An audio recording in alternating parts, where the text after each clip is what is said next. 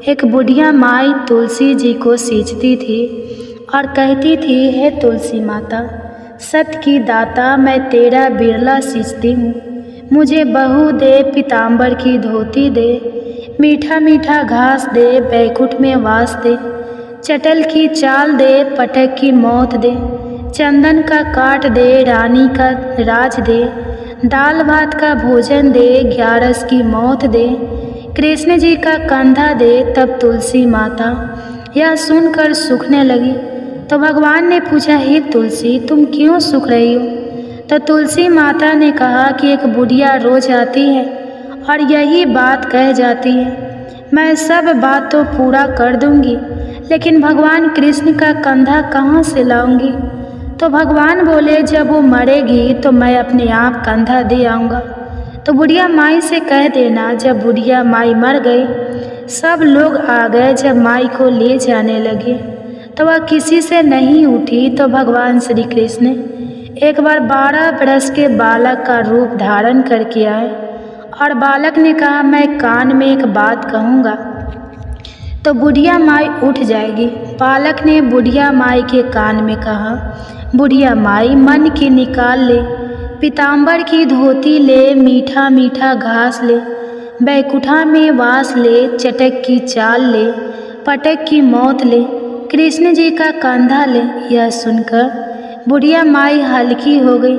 तो भगवान श्री कृष्ण ने उन्हें कंधा दिया और बुढ़िया माई को मुक्ति मिल गई। हे तुलसी माता, जैसे बुढ़िया माई को मुक्ति दी, वैसे ही सबको देना।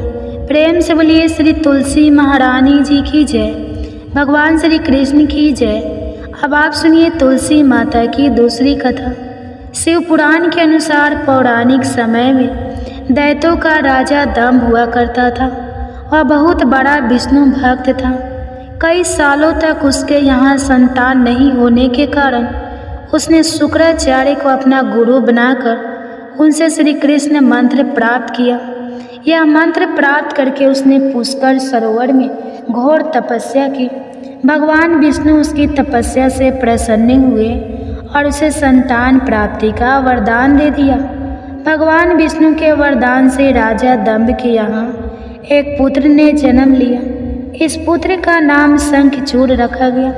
बड़ा होकर शंखचूड़ ने ब्रह्मा जी को प्रसन्न करने के लिए पुष्कर में घोर तपस्या की।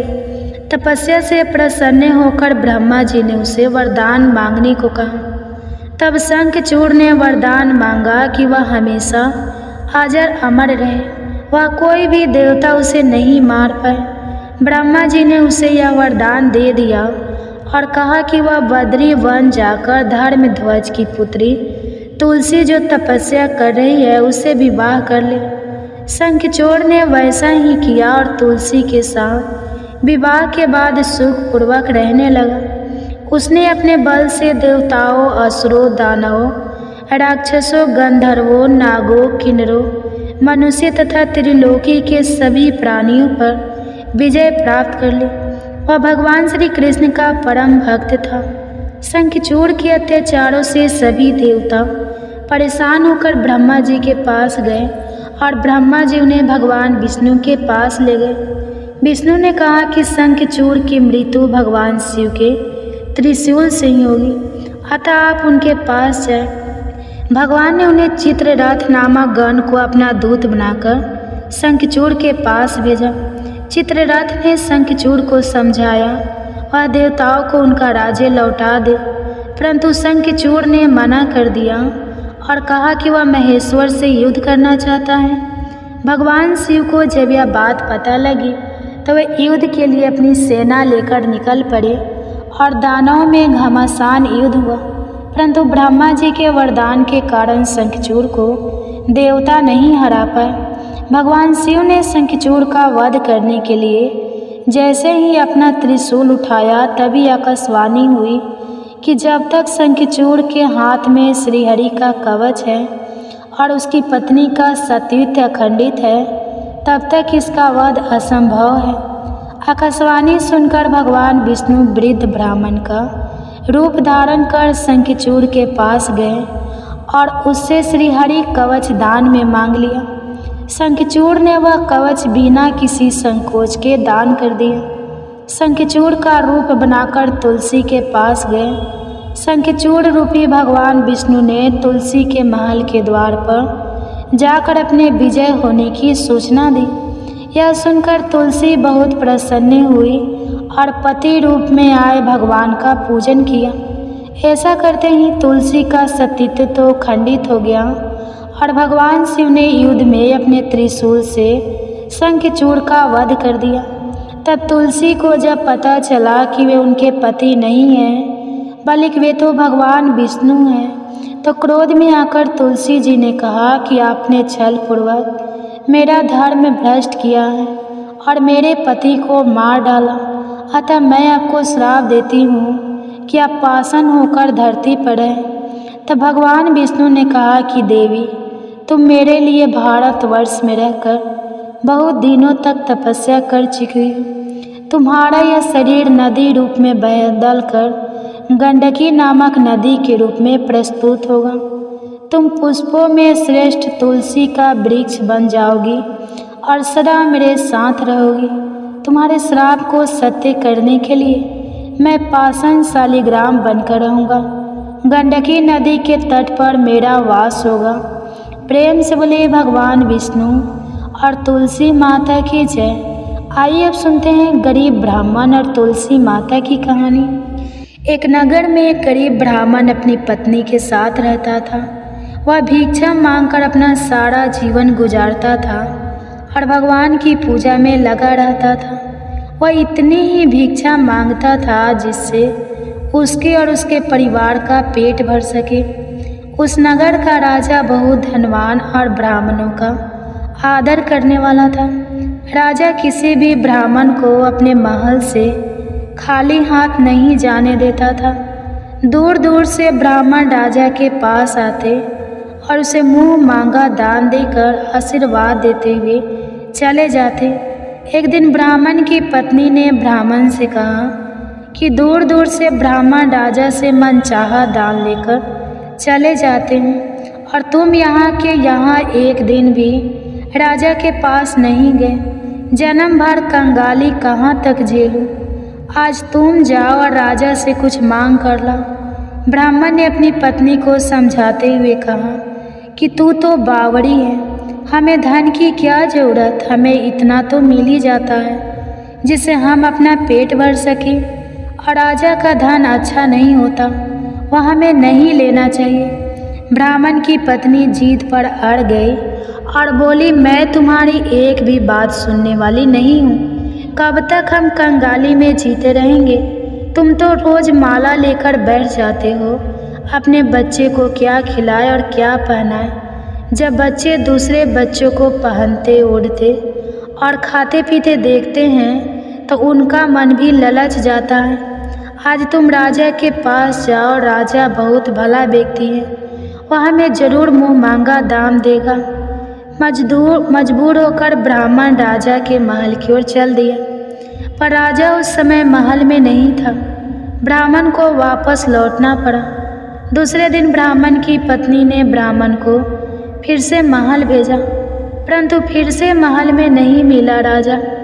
तीसरे दिन राजा महल में मिल गया और उसने ब्राह्मण का स्वागत किया और उसे आसन पर बैठाया और 2 दिन ना मिल पाने के लिए क्षमा भी मांगी। राजा ने कहा, मैं आपकी क्या सेवा कर सकता हूँ? ब्राह्मण ने कहा, जो मैं मांगूँ तो आप दे सकेंगे।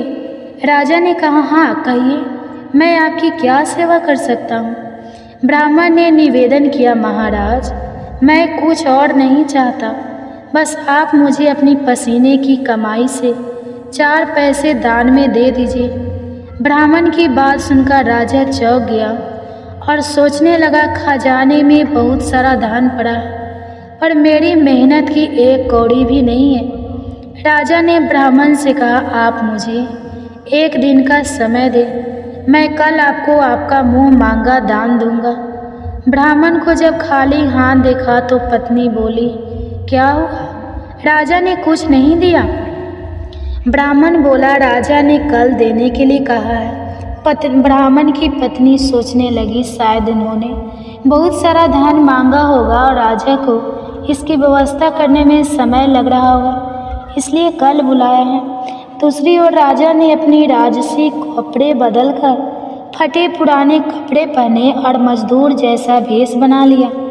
जब राजा की पत्नी ने देखा और कारण पूछा तो राजा ने सब कुछ बताया। रानी बोली, मैं भी आपके साथ चलूंगी। राजा के हाँ कहने पर रानी भी पुरानी साड़ी पहनकर आ गई। इस प्रकार राजा और रानी मजदूरी की तलाश में शहर निकले।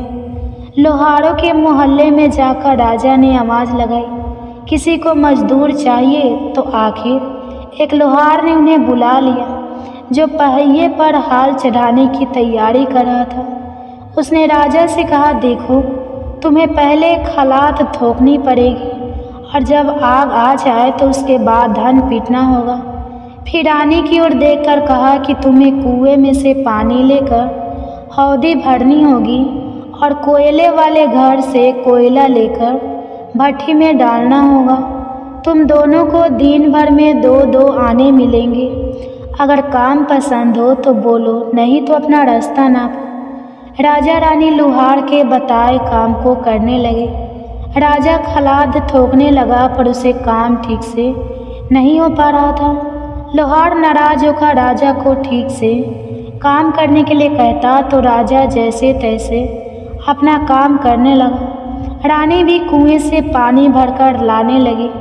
रानी के हाथ में फफूंद हो गए। किसी तरह बड़ी कठिनाइयों से उसने पानी का हौद भरा। उसके बाद रानी कोयला लाकर भट्ठी में डालने लगी। भट्ठी में आग आने पर लोहार ने बाट भट्ठी में से निकालकर पहिए पर जमाई और एक घन अपने हाथ में लेकर और एक राजा के हाथ में देकर कहा, देखो, बारी बारी से घन इस पर पटकना, हाथ इधर उधर ना हो पाए। राजा जोर जोर से घन पटकने लगा, लेकिन उसका निशाना ठीक नहीं बैठता। कभी घन हाल पर गिरता तो कभी पहिए पर। मजदूरों का यह हाल देखकर लोहारिन बड़बड़ाती हुई आई और लोहार से कहने लगी, तुमने कहाँ से यह 9 सखिए मजदूर काम पर लगाए हैं? इनसे काम नहीं होगा। यह मजदूर तुम्हारा सब काम बिगाड़ देंगे। राजा रानी उन दोनों की फटकार सुनते सुनते अपना काम मन लगाकर करते रहे। घन पटकते पटकते राजा का शरीर पसीने से तर हो गया और जोर जोर से सांसें चलने लगी। रानी भी पानी भरते भरते और कोयला झोंकते झोंकते थक कर चूर हो गई। दोनों ने पूरे दिन बहुत मेहनत की। लोहार ने राजा रानी को 2-2 पैसे दिए, जिसे वह बड़ी खुशी से लेकर महल आ गए। आज उन्हें पता लगा कि मेहनत की कमाई कैसी होती है। राजा ने 4 पैसे अलग रख दिए और अगले दिन ब्राह्मण को बुलाकर उसे दे दिए। ब्राह्मण राजा को आशीर्वाद देकर घर लौटा और ब्राह्मणी से कहा, लो, मैं राजा के हाथ से दक्षिणा ले आया हूँ। ब्राह्मणी खुश होकर दौड़ती हुई आई और जब उसने 4 पैसे देखे तो वह ठिठक कर रह गई और उन्हें दूर फेंक दिया।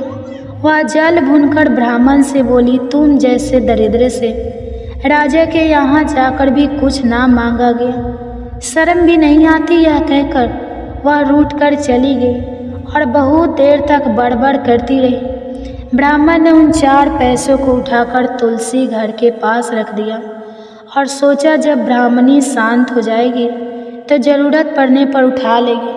परंतु कई दिनों तक पैसे वहीं रखे रहे और फूल बेलपत्र ऊपर से गिरकर मिट्टी में दब गए। ब्राह्मण और ब्राह्मणी दोनों ही उन सिक्कों के बारे में भूल गए।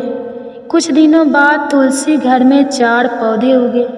चारों पौधे बहुत सुंदर थे। यह देखकर ब्राह्मणी रोज उनमें पानी डालती।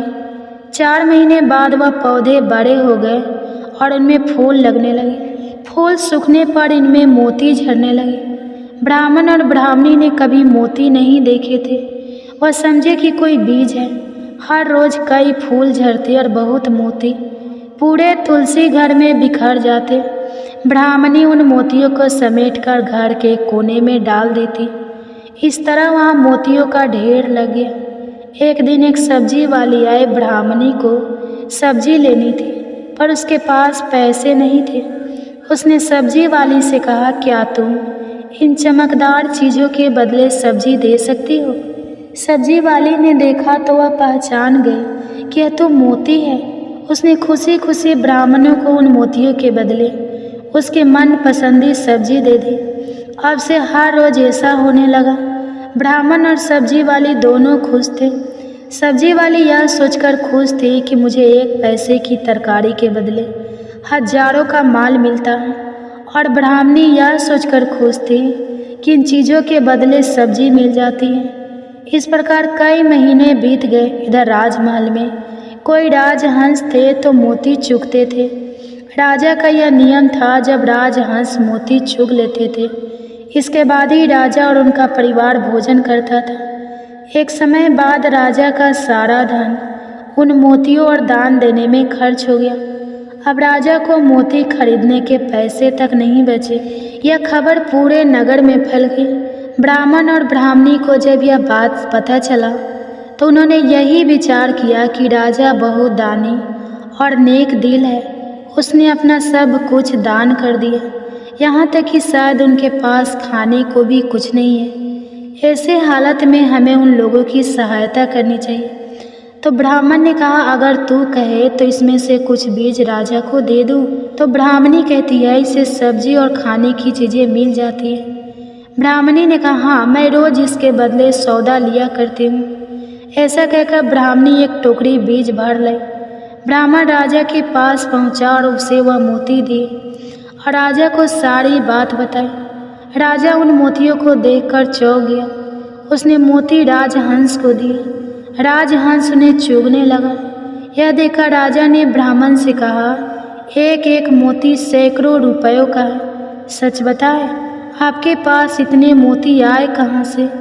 ब्राह्मण बोला, महाराज, ऐसे तो हमारे घर पर बहुत है। राजा को पूरी बात बताई। राजा अपने मंत्रियों के साथ ब्राह्मण के घर पहुँचे और उन चारों पेड़ों को देखा। पूछताछ में उन सिक्कों वाली बात सामने आ गई। जब पेड़ों को देखा तो उनकी जड़ के पास वही सिक्के चिपके हुए थे।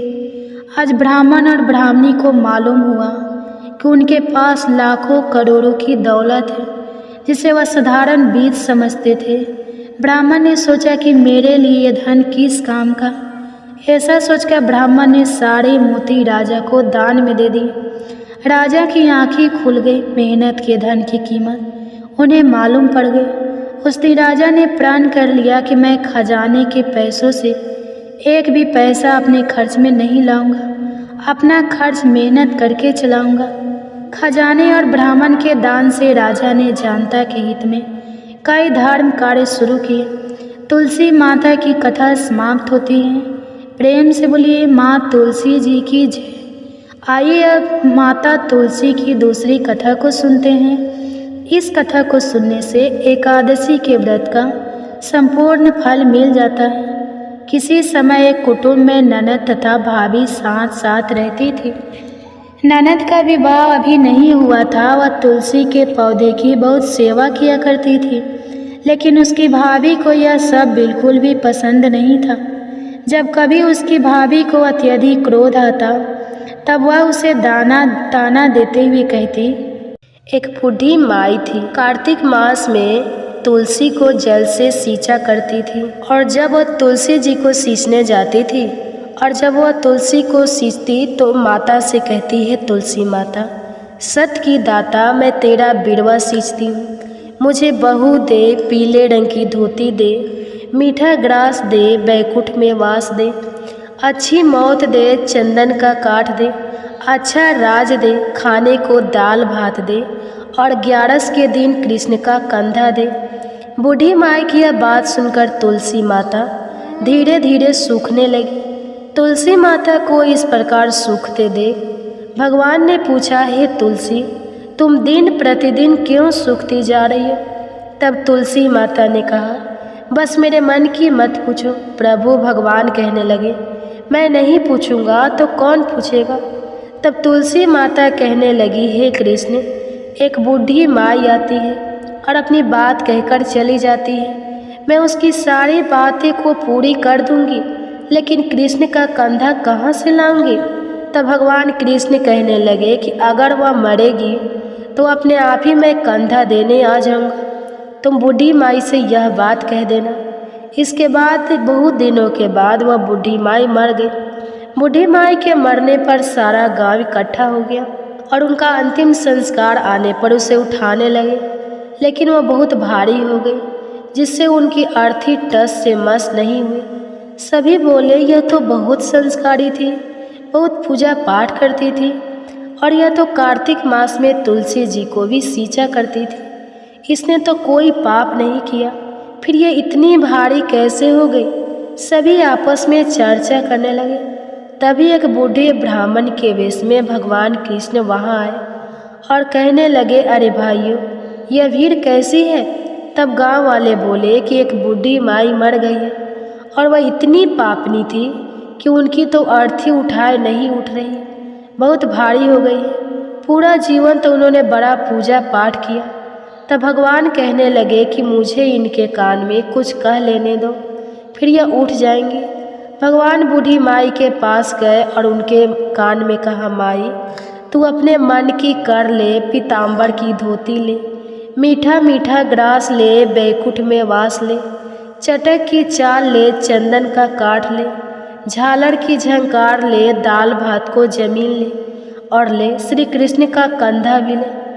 भगवान की बातें सुनते ही बूढ़ी माई तो तुरंत हल्की हो गई।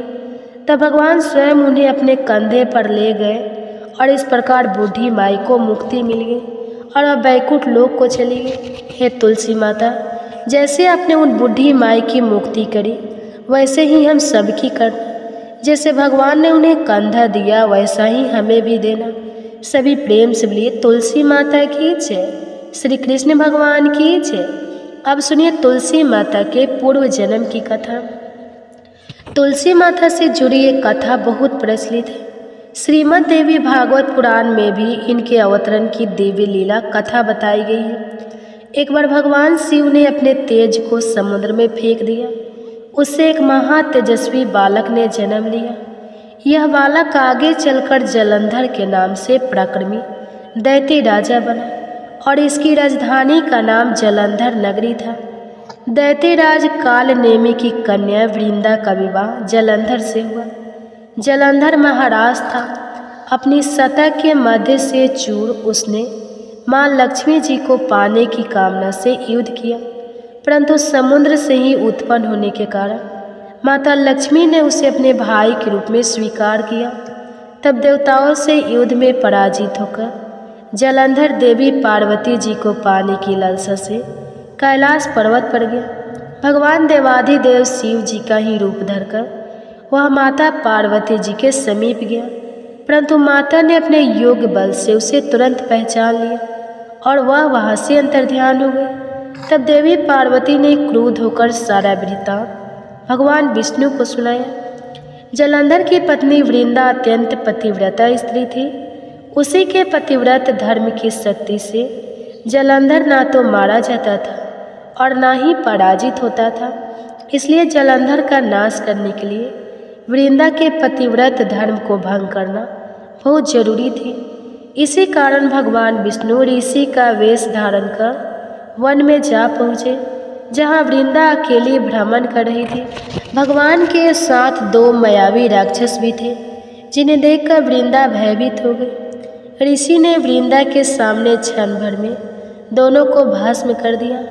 उनकी शक्ति देखकर वृंदा ने कैलाश पर्वत पर महादेव के साथ युद्ध कर रहे अपने पति जलंधर के विषय में पूछा। तब ऋषि बने भगवान विष्णु ने अपनी माया से दो वानर प्रकट किए। एक वानर के हाथ में जलंधर का सिर था तथा दूसरे के हाथ में धड़। अपने पति की यह दुर्दशा देखकर वृंदा मूर्छित होकर गिर पड़ी।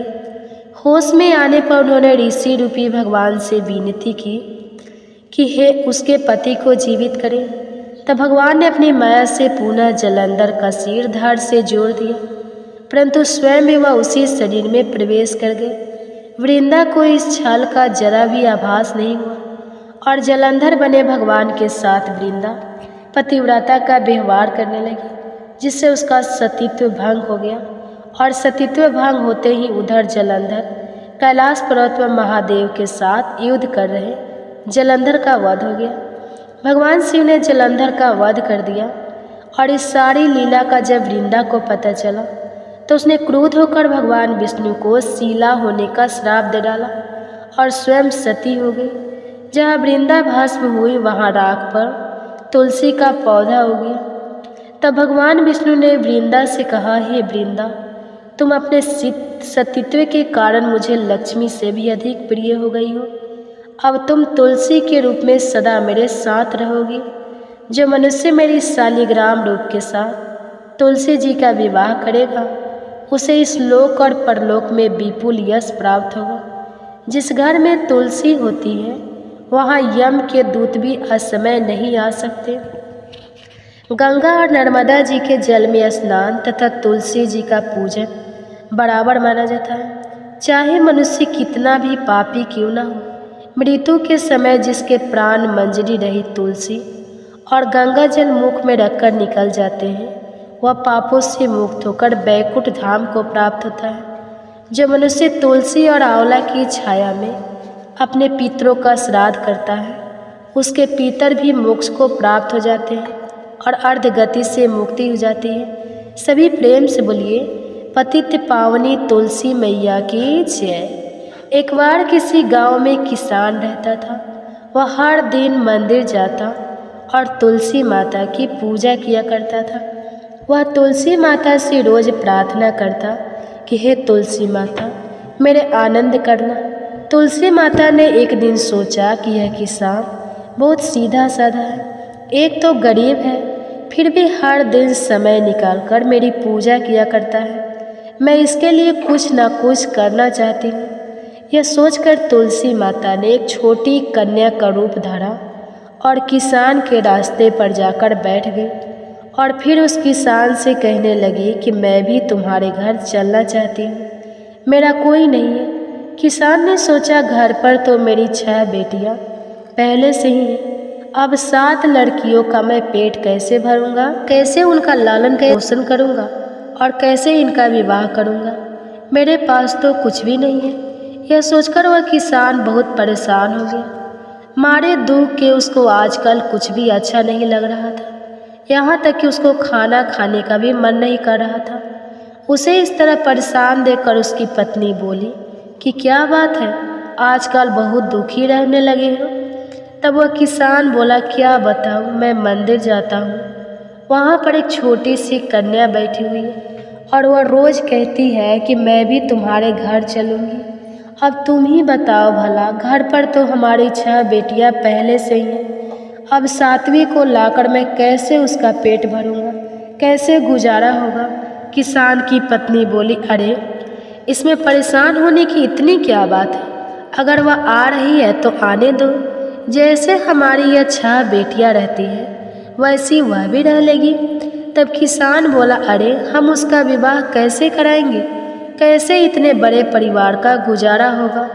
किसान की पत्नी ने उसे समझाते हुए कहा, अरे यह तो कोई भी बात नहीं, कोई मुश्किल ही नहीं। जैसे हम अपनी 6 लड़कियों की शादी करवाएंगे वैसे ही 7वीं की भी करवा देंगे, अपनी 7वीं लड़कियों का विवाह साथ साथ करवा देंगे। अब किसान को अपनी पत्नी की बात सही लगी, उसका मन थोड़ा हल्का हुआ। अगले दिन जब वह मंदिर गया तो वह कन्या उसे फिर से मंदिर की सीढ़ियों पर बैठी दिखाई दी और फिर से उसने अपनी बात दोहराई कि मैं आपके घर चलूँ क्या। अब की बार किसान ने ना तो उससे मना किया ना ही कोई बहाना बनाया, बल्कि उसका हाथ पकड़कर कहा, हाँ चल बेटी घर चलो। ऐसा कहकर वह किसान उस छोटी सी कन्या का हाथ पकड़कर अपने घर पर लिवा कर ले आया। अब जब वह घर ले आया तो तुलसी माता जो कन्या के रूप में उस किसान के घर पर आई थी, उनका तो पैर किसान के घर पर पड़ते ही किसान के तो मानो आनंद ही आनंद छा गया। उसके घर में खुशियाँ ही खुशियाँ भर गई और उसकी सारी गरीबी भी दूर हो गई। अब किसान के घर में किसी बात का कोई अभाव नहीं था। धीरे धीरे समय बीता और किसान की वह सभी कन्याएं विवाह के लायक हो गई।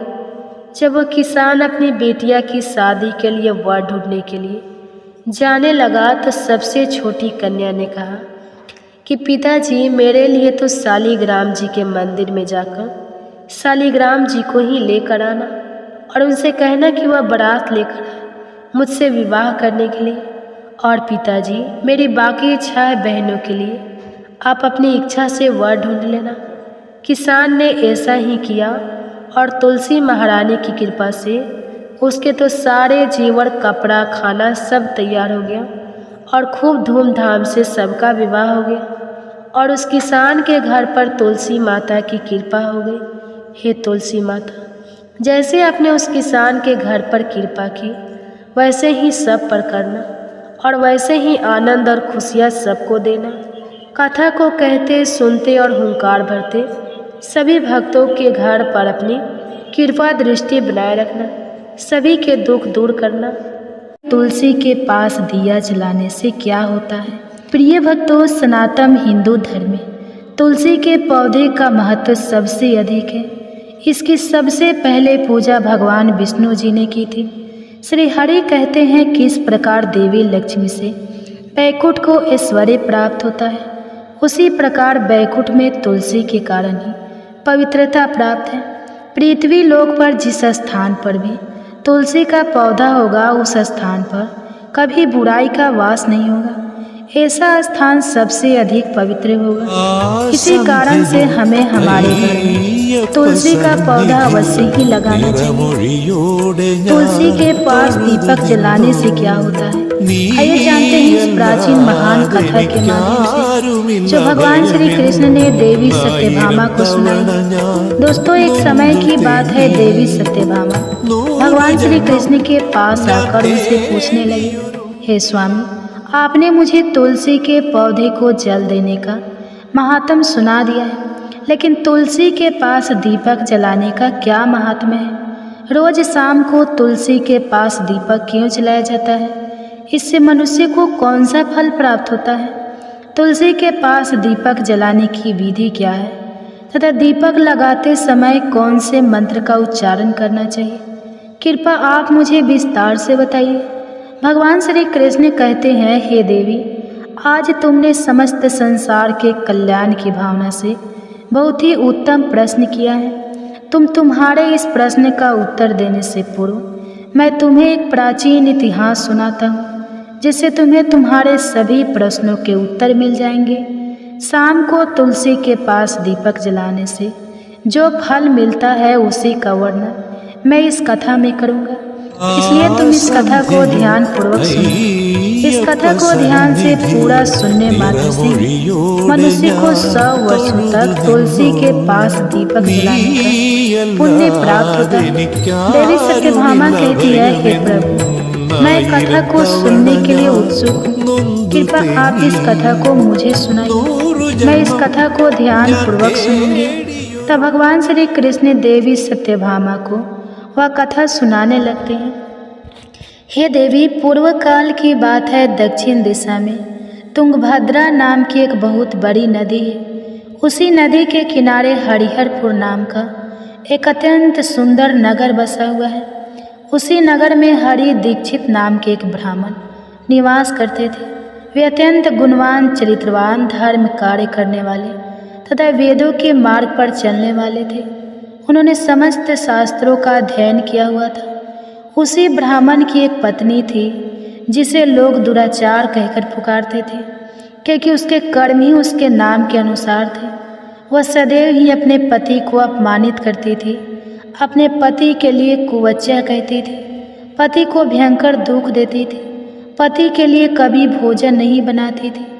उसने अपने पति के साथ कभी शयन नहीं किया, कभी उसके साथ प्रेम से व्यवहार नहीं किया। पति के मित्र और परिवार के लोग घर पर आते तो वह स्त्री उनको अपमानित करके भगा देती थी और स्वयं काम भाव से उन्मत्त होकर निरंतर अन्य व्यभिचारिणी स्त्रियों के साथ घूमती रहती थी।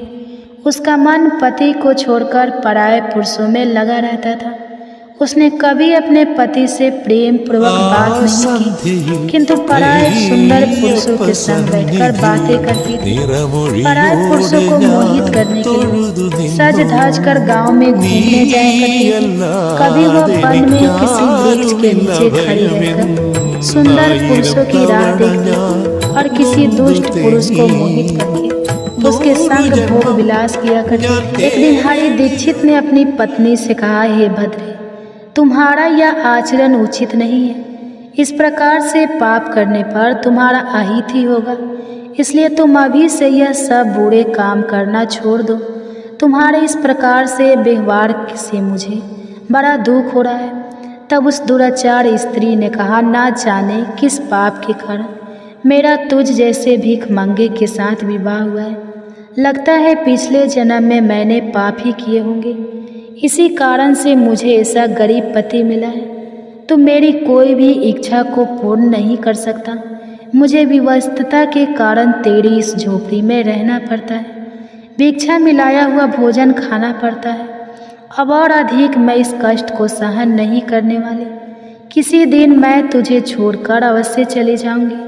तेरे साथ रहूंगी तो इस जन्म में भी मेरे द्वारा पाप ही होंगे, इसलिए अब मैं किसी अन्य धनवान पुरुष से विवाह करूंगी।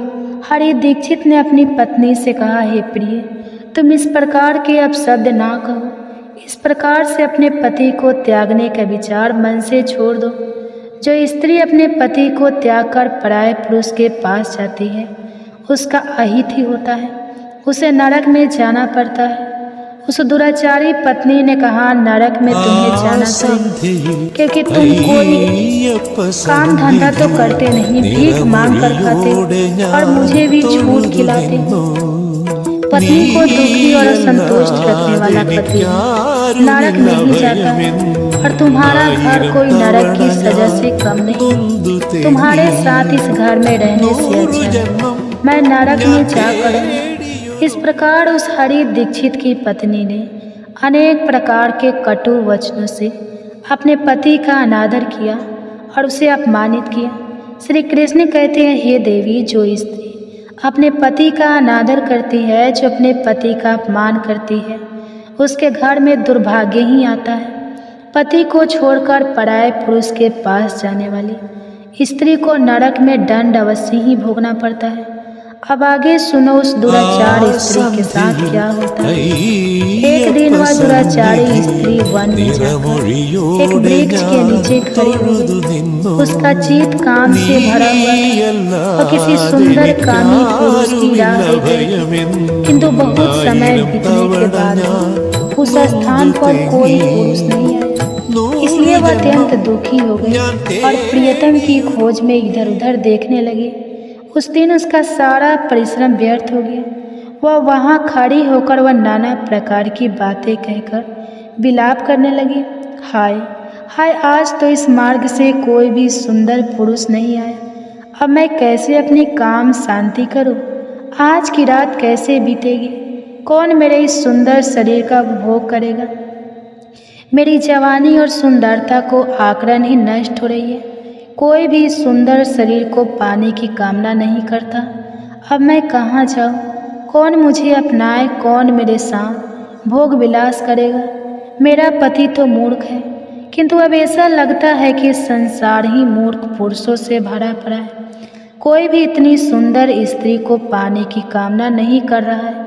मैं तो इतनी सुंदर हूँ कि देवता भी मुझे पाने की इच्छा करेंगे, लेकिन यह संसार तो पापी और तुच्छ पुरुषों से भरा पड़ा है, जो मुझे अप्सरा जैसी सुंदर स्त्री को दुर्लक्ष कर रहा है। हे भगवान, कोई सुंदर बलवान और पराक्रमी नर हो तो उसे मेरे पास भेजिए। चाहे वह मेरा भक्षण ही कर लेगा तो भी मैं प्रसन्नता से उसका आलिंगन कर लूंगी। भगवान श्री कृष्ण कहते हैं, हे देवी, इस प्रकार से वह स्त्री जोर जोर से विलाप करने लगी। उसी जंगल में एक भयानक बाघ निवास करता था। उस पापनी स्त्री की आवाज़ सुनकर वह जाग गया और उलझ कर उस स्त्री का भक्षण करने के लिए उसके पास आ गया। उस बाघ का नाम था धवंस। धवंस का रूप अत्यंत भयानक था। उसका शरीर काले और नारंगी धारियों से युक्त था, जो जंगल की छाया में घुल मिल जाता था। उसकी आंखें अंगारे की तरह लाल जो अंधेरे में भी चमकती थी। उसके जबड़े से लंबे तीक्ष्ण दांत बाहर निकले हुए थे, जो किसी भी जीव को चीरने के लिए पर्याप्त थे। उसकी गहरी गर्जना पूरे वन में गूंजती, जिससे आस पास के जीव कांप उठते थे। धवंस की लंबी मजबूत पूंछ उसकी ताकत का प्रतीक है। वह अपनी मांसल बलिष्ठ टांगों से जंगल में तेजी से दौड़ सकता था। धवंस का पूरा शरीर शक्तिशाली मांसपेशियों से भरा हुआ था, जिससे वह एक ही झपटा में अपने शिकार को धराशायी कर सकता था। उसकी नाक से बार बार गर्म सांसें निकलती, मानो वह हर पल अपने अगले शिकार की तलाश में हो। ध्वंस का एकमात्र लक्ष्य उन पापी और दुराचारी लोगों का भक्षण करना था जिन्हें उसकी नियति ने उसे सौंपा था। उस भयंकर बाघ को अपने सामने खड़ा हुआ देखकर उस स्त्री के पसीने छूटने लगे। वह भय से थर थर काँपने लगी। वह स्त्री कुछ करती इतने में ही उस बाघ ने अपने पंजे से उसे घायल कर दिया और वह स्त्री जमीन पर गिर पड़ी। जमीन पर गिरते ही वह स्त्री चिल्लाते हुए बोली, अरे बाघ, तू किस लिए यहाँ पर आया है? मुझे क्यों मार रहा है? मैं यहाँ पर अपने प्रियतम को खोज रही थी। तू मुझे छोड़ दे। मेरा भक्षण करके तुझे क्या मिलेगा? उस स्त्री की यह बात सुनकर वह भयानक बाघ क्षण भर के लिए रुक गया और हंसते हुए बोला, हे दुष्टा, आज विधाता ने मुझे मेरा ग्रास नियुक्त किया है, तो जैसी पापनी स्त्रियों का भक्षण करना ही मेरा काम है, तभी मुझे इस शरीर से मुक्ति मिलेगी। वह स्त्री कहने लगी, हे बाघ, तुम कौन हो? मुझे सच सच बताओ, तुम्हें किस कारण से बाघ होना पड़ा और तुम मुझ जैसी स्त्रियों का भक्षण क्यों करते हो? पहले मुझे सारी बात बताओ और फिर मेरा भक्षण करो। फिर ध्वंस नाम का वह बाघ कहने लगा, हे पापनी, मैं तुम्हें मेरे पूर्व जन्म का वृतांत सुनाता हूँ कि किस कारण से मुझे बाघ होना पड़ा। पूर्व काल में दक्षिण देश में अमलापाहा नाम की एक पवित्र नदी बहती थी। उसी नदी के तट पर मुनि पर्णा नाम की एक नगरी बसी हुई थी। यह नगरी अपने सुंदर मंदिरों, शांत वातावरण और धार्मिक अनुष्ठानों के लिए प्रसिद्ध थी। वहाँ एक ब्राह्मण का परिवार निवास करता था। मैं उस परिवार में जन्मा था। मेरा नाम वेदानंद था। मेरे पिता एक आदर्श ब्राह्मण थे जो यज्ञ, हवन और धार्मिक अनुष्ठानों का पालन करते थे। उस बाघ ने आगे कहा, हे स्त्री, मैंने अपनी किशोरावस्था में वेदों का अध्ययन किया और यज्ञ आदि धार्मिक कार्यों में पारंगत थी। लेकिन जैसे जैसे मैं बड़ा हुआ, मेरे मन में धन का लोभ बढ़ता गया। अनेक यज्ञों का आयोजन किया, लेकिन वे यज्ञ धार्मिक उद्देश्य नहीं बल्कि धन सह के थे। मैं पापियों के था जो धर्म थे और उन्हें भोजन करता था। मैंने धन के लोभ में उनके अन्य कार्यों का समर्थन भी किया। धर्म के मार्ग भटकते हुए मैंने उन वस्तुओं का दान भी साकार किया जिन्हें ब्राह्मण नहीं लेना चाहिए। मेरा मन इतना लोभ हो गया था कि मैं बहाने दूसरों से धनता और फिर उसे वापस नहीं करता।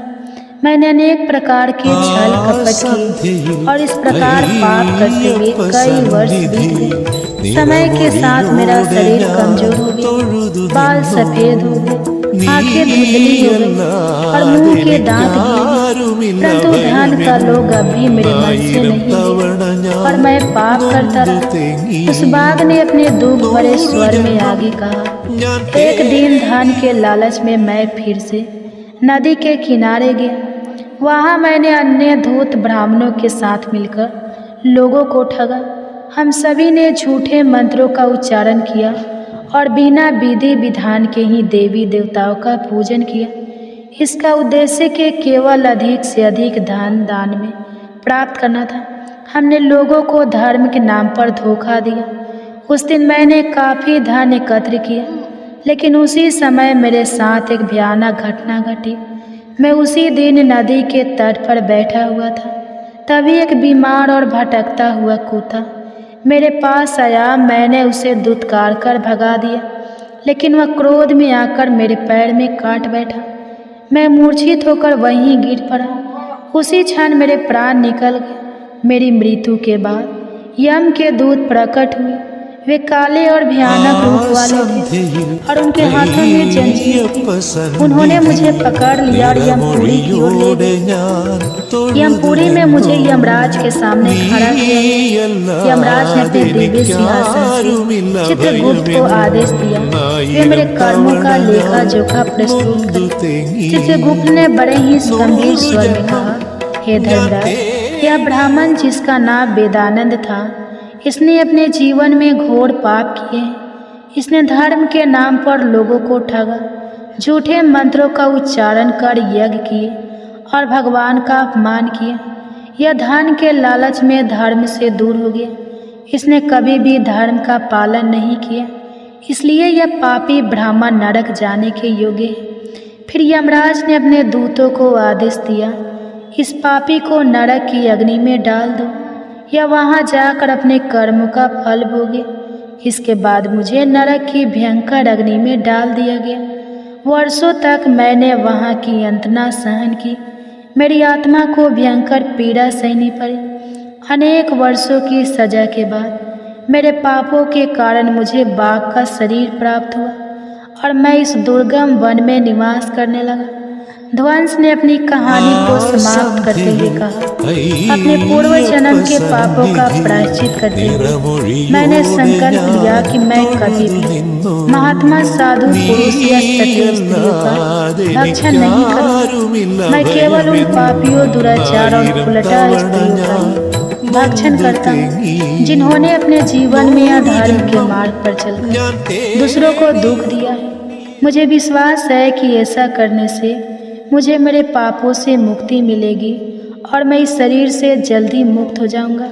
श्री कृष्ण कहते हैं, हे देवी, इस प्रकार से उस बाघ ने अपने पूर्व जन्म का वृतांत सुना दिया और उस स्त्री से कहने लगा, हे पापनी, तेरे आचरण से तू कुलटा दिखाई पड़ती है।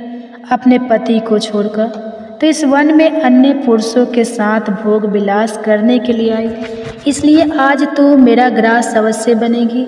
इतना कहकर उस बाघ ने अपने तीक्ष्ण नखों से उस पापी स्त्री को मारकर उसे खा लिया और फिर वह बाघ उस स्थान से चला गया। उस स्त्री की मृत्यु के बाद उस स्थान पर यम के 2 दूत प्रकट हुए और उस पापनी स्त्री को उठाकर स्वयं यमपुरी में ले गए। वहाँ पर उसे यमराज के सामने खड़ा किया गया। फिर चित्रगुप्त ने उस स्त्री का लेखा जोखा निकालते हुए यमराज से कहने लगे, हे धर्मराज, यह स्त्री तो अत्यंत पापनी है। इसने घोर पाप किए हैं। इसने व्यभिचार किया है। इसने अपने पति की कभी सेवा नहीं की। अपने पति को भूलकर पराये पुरुषों के संग भोग विलास किया करती थी। उसके पापों को सुनकर यमराज अत्यंत क्रोधित हो और उन्होंने उस स्त्री को अग्नि से भरे हुए कुंडों में डालने का आदेश दिया। यमराज के आदेश को सुनकर वह स्त्री अत्यंत भयभीत हो गई और फिर वह दुराचार स्त्री यमराज से कहने लगी, हे धर्मराज, कृपा मुझे मेरे पापों के लिए क्षमा करें। मैंने यह अनजाने में पाप किए हैं। कृपा मुझे प्रायश्चित का अवसर प्रदान करें।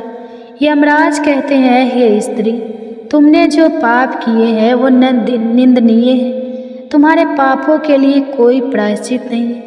जो स्त्री अपने पति का त्याग करती है, अपने पति को छोड़कर पराये पुरुष के संग विहार करती है, उसे निश्चित ही नरक में जाना पड़ता है। इसलिए अब तुम्हें नरक की यातनाएं भोगनी ही पड़ेगी। फिर यमराज ने अपने दूतों से कहा, हे दूतों, इस पापी स्त्री को ले जाओ और इसे भयंकर नरक में डाल दो, यह उसी के योग्य है। फिर यम के दोस्त उस स्त्री को नरक में ले जाते हैं। फिर अनेक वर्षों तक उसे जलते हुए तेल के कुंड में पकाया गया। फिर उसे निकालकर रख नामक नरक में डाल दिया। इस प्रकार से उसे अनेक वर्षों तक अलग अलग नरक में डाला गया। नरक में कष्ट भोगने के बाद वह महापापनी स्त्री पुनः पृथ्वी लोक पर आकर चंडा के रूप में उत्पन्न हुई। चंडाल के घर में जन्म लेकर वह फिर से अनेक पाप करने लगी, व्यभिचार करने लगी, अनेक पापी पुरुषों के संग विहार करने लगी। फिर कुछ समय बाद पूर्व जन्म के पापों के कारण उसे कोढ़ का रोग हो गया और वह भयानक पीड़ा सहन करने लगी। उसका अंग अंग जलने लगा, उसके नेत्रों में पीड़ा होने लगी। इस दुख को सहन करते हुए वह दिन बिताने लगी। फिर एक दिन वह तीर्थ में स्नान करने के उद्देश्य से अंतपुर में चली गई। वहाँ पर वह एक आश्रम के बाहर निवास करने लगी। उस आश्रम में एक तुलसी का पौधा था। अन्य स्त्रियों को वहाँ पर तुलसी के पास दीपक जलाते हुए देखकर उस पापी स्त्री को बड़ा आश्चर्य हुआ। फिर एक दिन वहाँ पर निवास करने वाले एक साधु ने उस स्त्री से पूछा, हे साधु महाराज, यह कौन सा पौधा है और यह स्त्रियाँ इसके नीचे दीपक क्यों जला रही है? तब उस साधु ने कहा, हे कल्याणी, यह अत्यंत पवित्र तुलसी का पौधा है। इसके दर्शन करने मात्र से संकटों का नाश होता है। इस तुलसी को जल देने से देवी देवताओं की कृपा प्राप्त होती है तथा इस पवित्र पौधे के पास दीपक जलाने से समस्त पाप नष्ट होते हैं।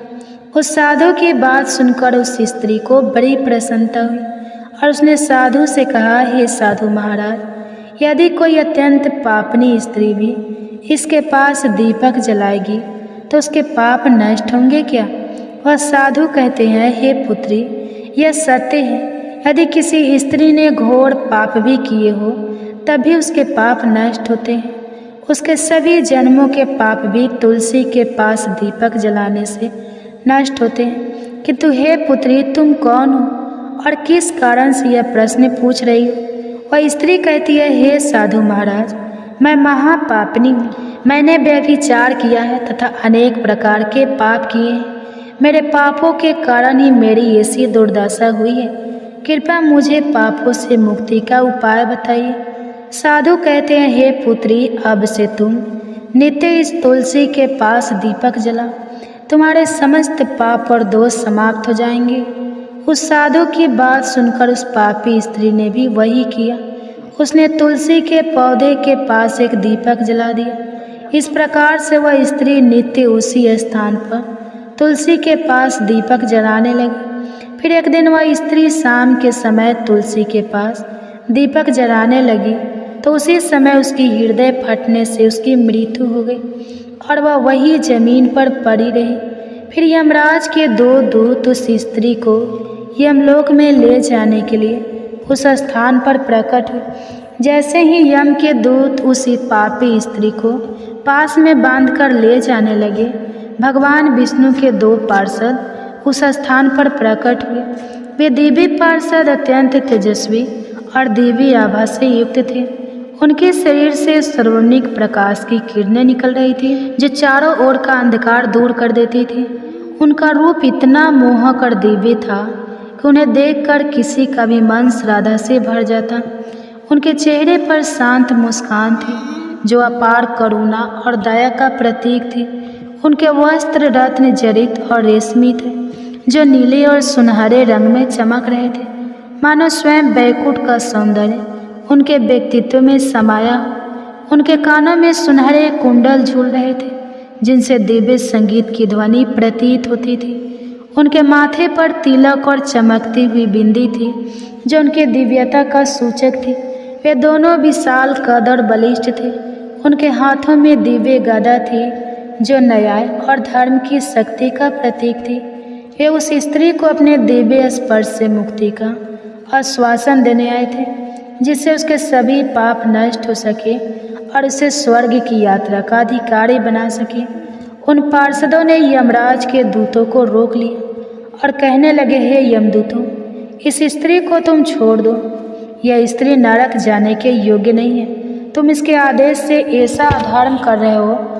फिर यमदूत कहने लगे, हे पार्षदों, हम यमराज के आदेश से इस पापी स्त्री को उठाकर ले जा रहे हैं, किंतु आप हमें किस कारण से रोक रहे हो? यह स्त्री अत्यंत पापी है, इसे नरक में ले जाने की आज्ञा मिली है। यह सुनकर भगवान विष्णु के पार्षद मुस्कुराए और बोले, हे यमदूतों, तुम सत्य बोलते हो, लेकिन इस स्त्री का एक ऐसा पुण्य भी है जिसके समस्त पापों को मिटा चुका है। क्या तुमने देखा नहीं कि इसके अपने जीवन में संध्या के समय तुलसी के समीप दीपक जलाया है? यमदूतों ने चकित होकर पूछा, हे पार्षदों, क्या केवल तुलसी के समीप दीपक जलाने से इसके समस्त पाप नष्ट हो सकते हैं? भगवान विष्णु के पार्षदों ने गहन दृष्टि से यमदूतों की ओर देखा और समझाया, तुम इस बात को नहीं समझते। यमदूतों, तुलसी भगवान विष्णु की परम प्रिय है और जो भक्त श्रद्धा और भक्ति से तुलसी के समीप दीपक जलाता है वह विष्णु की कृपा का पात्र बन जाता है। संध्या के समय दीपक जलाने का पुण्य अनंत गुना बढ़ जाता है और यह न केवल उसके पापों को नष्ट करता है बल्कि उसे स्वर्ग का अधिकारी भी बनाता है। इस स्त्री ने सच्चे मन से तुलसी का पूजन किया और दीपक प्रज्वलित किया है। इसी कारण इसके सारे पाप जलकर राख हो चुके हैं। अब यह नरक जाने के योग्य नहीं है। यमदूतों ने अपने हाथ जोड़कर कहा, हे पार्षदों, आप सत्य कह रहे हैं। हमें इसके भक्ति के बारे में जानकारी नहीं थी। यदि यह भगवान विष्णु की प्रिय भक्त है तो इसे हम कैसे नरक ले जा सकते हैं। भगवान विष्णु के पार्षदों ने मधुर स्वर में कहा, इसलिए हे यमदूतों, अब तुम लौट जाओ। इस स्त्री ने तुलसी की सेवा की है, वह उस दीपक की रोशनी में अपने सारे पापों को भस्म कर चुकी है। अब इसे विष्णु लोक में ले जाया जाएगा जहाँ इसका स्वागत होगा। यह अब स्वर्ग की अधिकारी बन चुकी है। पार्षदों की बात सुनकर उन यमदूतों ने उस स्त्री को उसी स्थान पर छोड़ दिया और यमलोक लौट गए। वहाँ जाकर उन्होंने यमराज को सारा वृतांत सुना दिया। फिर भगवान विष्णु के पार्षद उस स्त्री को दिव्य विमान में बैठाकर स्वर्ग लोक ले गए। भगवान श्री कृष्ण कहते हैं, हे देवी सत्यभामा, इस प्रकार से तुलसी के पास केवल दीपक जलाने मात्र से ही मनुष्य के सभी पाप नष्ट हो जाते हैं। जो स्त्री नित्य शाम को तुलसी के पास दीपक जलाती है वह सौभाग्यशाली बनती है। उसके पूर्व जन्मों के सभी पाप नष्ट हो जाते हैं। उसे सुख समृद्धि की प्राप्ति होती है। रोज तुलसी के पास दीपक जलाते समय इस मंत्र का उच्चारण करना चाहिए। ओम तुलसी देवी च विज्ञाहे विष्णु प्रिया य च धीमहि तन्नो वृंदा प्रचोदयात्। श्री कृष्ण कहते हैं, हजारों अमृत के घड़ों से नहलाने पर भी श्री हरि को उतनी तृप्ति नहीं होती जितनी वे मनुष्य के द्वारा तुलसी का एक पत्ता चढ़ाने से प्राप्त करते हैं। 1000 गौदान से जो फल प्राप्त होता है वही फल तुलसी पत्र के दान से पा लिया जाता है। जो मृत्यु के समय अपने मुख में तुलसी पत्र का जल पा जाता है वह संपूर्ण पापों से मुक्त होकर श्री कृष्ण के धाम जाता है। जब भक्त तुलसी के पास दीपक जलाता है तो उसका प्रकाश में निहित ऊर्जा नकारात्मक शक्तियों को नष्ट करती है और सकारात्मकता का संचार करती है। यह आध्यात्मिकता वातावरण को शुद्ध करता है और घर में देवताओं की कृपा को आकर्षित करता है। दीपक का प्रकाश अज्ञान के अंधकार को दूर करता है और ज्ञान की ज्योति को प्रज्वलित करता है। तुलसी के पास दीपक जलाने से मनुष्य के भीतर शुद्धता और पवित्रता का भाव उत्पन्न होता है, जिससे उसकी भक्ति और ध्यान की शक्ति बढ़ती है। यह मान्यता है कि जब व्यक्ति तुलसी के पास दीपक जलाकर उसकी आरती करता है तो भगवान विष्णु का ध्यान अधिक सरलता से प्राप्त होता है। यह साधक के मन को स्थिर और शांति की ओर ले जाता है, जिससे ध्यान में एकाग्रता बढ़ती है। तुलसी के पास दीपक जलाने का अनुष्ठान सूर्यास्त के समय करना अत्यंत शुभ माना जाता है। इस समय दीपक जलाकर तुलसी माता की आरती की जाती है और भगवान विष्णु का स्मरण किया जाता है। इसे करने से विशेष पुण्य प्राप्त होता है। प्रतिदिन संध्या समय में तुलसी के पास दीपक जलाते समय ओम नमो भगवते वासुदेवाय मंत्र का जाप करना चाहिए। यह मंत्र घर की नकारात्मकता को दूर करता है और भगवान विष्णु की कृपा प्राप्त करता है। तुलसी के पास घी या तिल के तेल का दीपक जलाना शुभ होता है। घी का दीपक अधिक पवित्र माना जाता है, लेकिन यदि संभव ना हो तो तिल के तेल का दीपक भी जलाया जा सकता है। तिल के तेल का दीपक नकारात्मक ऊर्जा होने में सहायक होता है। ऐसा कहा गया है कि जो भक्त प्रतिदिन तुलसी के पास दीपक जलाता है उसे 7 जन्मों तक पुण्य मिलता है और वह कभी भी दरिद्रता का सामना नहीं कर। उसके घर परिवार में हमेशा सुख शांति और खुशहाली बनी रहती है। धार्मिक ग्रंथों में वर्णित है कि तुलसी के पास दीपक जलाने से प्रीत दोष, गृह दोष और काल सर्प दोष जैसी बाधाएं भी दूर हो सकती है। इस उपाय से घर में नकारात्मक ऊर्जा का नाश होता है और सकारात्मक ऊर्जा का संचार होता है। तुलसी के पास दीपक जलाने से आत्मा की शुद्धि होती है और यह जन्म जन्मांतर के पापों का नाश करता है। इससे आत्मा को शांति मिलती है और व्यक्ति को सद्बुद्धि प्राप्त होती है। यह भी कहा गया है कि यदि कोई व्यक्ति जीवन के अंतिम दिनों में तुलसी के पास दीपक जलाकर भगवान का स्मरण करता है तो उसे मृत्यु के बाद यमदूतों का भय नहीं रहता और उसे सीधे भगवान के धाम में स्थान मिलता है। तुलसी के पास दीपक जलाने से देवी लक्ष्मी का आशीर्वाद मिलता है, जिससे उसके जीवन में कभी आर्थिक संकट नहीं आता और हमेशा समृद्धि का वास रहता है। तो दोस्तों, इस प्रकार से भगवान श्री कृष्ण ने सत्यभामा को बताया कि तुलसी के पौधे के पास दीपक जलाने का महत्व बताया है। आपको यह कथा कैसी लगी हमें कमेंट्स करके ज़रूर बताएं। अब आप सुनिए इंदिरा एकादशी व्रत की कथा।